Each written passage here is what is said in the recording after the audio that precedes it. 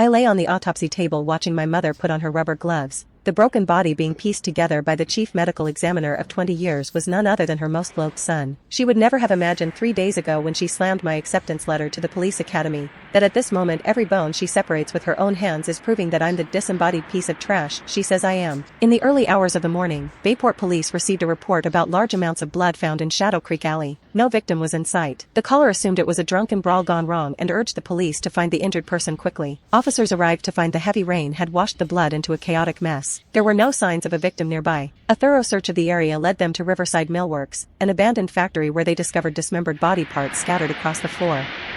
In the autopsy room, harsh fluorescent lights flickered on. "What's the situation with this case?" A calm, authoritative voice broke the silence as a woman in a crisp forensic uniform entered, followed by 2 young officers. It was Dr. Vanessa Sterling Hartman, my mother, and the most respected forensic examiner in Bayport. One of the officers said hesitantly, "Dr. Hartman, the victim's condition is bad. Maybe you should prepare yourself." My mom waved them off. "I've seen everything there is to see. Let's start the autopsy and solve this case quickly." Indeed, my mother had seen it all in her 2-decade career: decapitations, dismemberments, even bodies dissolved in cement. She was a consummate professional. "But Mom, have you ever considered that the body on your autopsy table might be the son you've always ignored? Floating above, detached and invisible." I watched her work without emotion. When she unzipped the body bag, her brow furrowed deeply, not just because of the mangled remains, but because one critical part was missing. "Where's the head?" "We searched the entire factory," one officer stammered. "It's likely the suspects took it." "Fine, let's proceed." She donned gloves and began sorting the remains: bones, flesh, fragments of fingers. Each piece she identified was meticulously placed in order. "The victim is male. He's between 18 and 23, roughly 5'9" to 6 feet, based on the growth plates. "Likely a student," she narrated with clinical precision. "Judging by the condition of the cuts, the killers broke the victim's finger bones, radius, ulna, humerus, tibia, and femur while he was still alive. Then, they dismembered the limbs. It seems they weren't satisfied and used blunt tools. His ribs and vertebrae are almost entirely shattered." Her grim analysis left one of the young officers pale and trembling. He clutched his stomach, barely holding back nausea. The unimaginable pain and despair the victim endured hung heavy in the room. Mom turned suddenly. "Were any weapons found at the scene?" "Yes, these," the officer stammered, handing her photos of a rusted, blood-stained saw and a hammer caked in blood and flesh. The dull blade of the saw had been used to cut through every joint and bone. The pain it inflicted on a living person was beyond description. Mom frowned deeply. "This isn't random. What kind of grudge would drive someone to do this to a kid?" Even revenge killings didn't usually escalate to this level of brutality. One of the officers responded respectfully, "Dr. Hartman, Detective Sam Boone's preliminary investigation ruled out robbery and random violence. This is a revenge killing. The team is cross-checking recent cases of missing persons citywide." "Good," she replied tersely. She resumed reconstructing the remains, hoping to uncover clues, but her efforts were in vain. Even dental records, often a surefire way to identify a victim, were useless because the suspects had taken the head.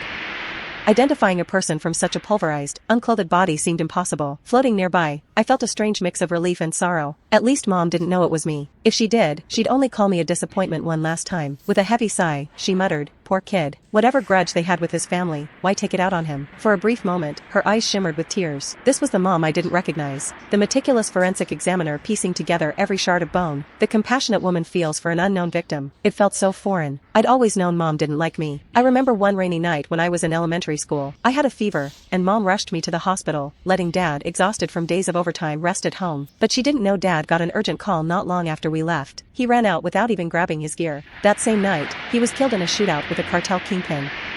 Mom was the one who handled Dad's autopsy. I was too young to understand death back then, but now I realize how traumatic that must have been for her. Maybe Mom blamed me. If I hadn't fallen ill that night, Dad might still be alive. Looking at her now, I couldn't blame her. Her focus was interrupted by a sudden ringtone. She stopped mid-motion, glaring at the 2 officers. "It's not us," they said quickly. Mom checked her phone. The call was from Rachel, my aunt. "I'm busy," Mom answered curtly. "Vanessa, do you know where Elijah is? His phone's off, and no one's seen him." "Elijah?" Mom frowned. "I don't know. I yelled at him yesterday. He's probably sulking in some gaming cafe. Leave him be." Rachel's voice grew concerned. "You yelled at him?" "Vanessa, he was so excited yesterday. His scores were good enough for the academy." "Academy?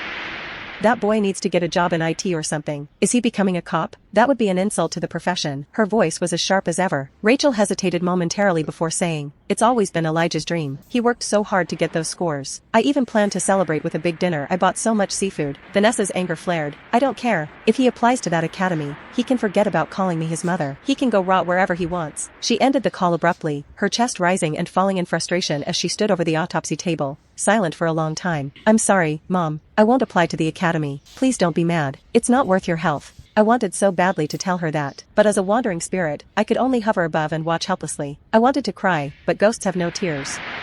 By now, Mom had reassembled most of the body, but something was missing: 2 fingers from the right hand. She frowned, instructing the nearby officer. The right ring finger and pinky are missing. Tell the team at the scene to look again. If they're not found, my spirit tensed. When I was a kid, I had teased a police dog and gotten bitten. Those 2 fingers had scars so deep they were unmistakable. That dog had to retire early because of me, and Mom had berated me endlessly. Had she forgotten? Of course, she forgot. She never cared about me. No, maybe it's better if she doesn't remember. I can't let her know she's the one who lost both Dad and me. The young officer saluted. Understood. If we can't find the fingers, it likely means they had distinctive markings. Mom nodded. Exactly. Focus on people with old injuries or tattoos on their hands. She cut off a small piece of flesh.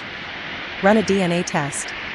Cross-reference it with the database. Find any immediate relatives. I felt a wave of panic. If they ran DNA tests, they'd figure it out quickly. Mom, don't do it. Don't run the DNA. Drop this case. Please. But my pleas fell on deaf ears. She couldn't hear me. Mom worked tirelessly in the autopsy room for hours. She had arrived early, and it was already dark again when she stepped out. Dr. Hartman, you've worked so hard, one of the officers said. Mom nodded slightly, about to head home when she saw Rachel waiting anxiously near the station entrance. Vanessa, Elijah's been missing for more than a day now. I talked to his friends, they haven't seen him. I even checked all the gaming cafes near the school, but he was nowhere. What do we do? Mom's face tightened with annoyance. This is just one of his tricks to get me to let him apply to the academy. It's not going to work. As long as he stays out of trouble and follows the law, that's good enough. He's not cut out to be a cop. Rachel's eyes filled with tears. Forget his applications. His safety is the priority right now. I just heard there's been a big case. A boy was dismembered. Aren't you even worried it could be Elijah? Mom's frustration erupted. Stop speculating about open cases that haven't been made public. Elijah is 18. He's old enough to take care of himself. If something happens to him, it's his fault for being careless and wondering where he shouldn't. Rachel froze. I'm not trying to dig for information. I'm just scared for him. Mom's gaze hardened. If he can't manage basic risk assessment, he has no business applying to the academy. He might as well go get a job at some office instead.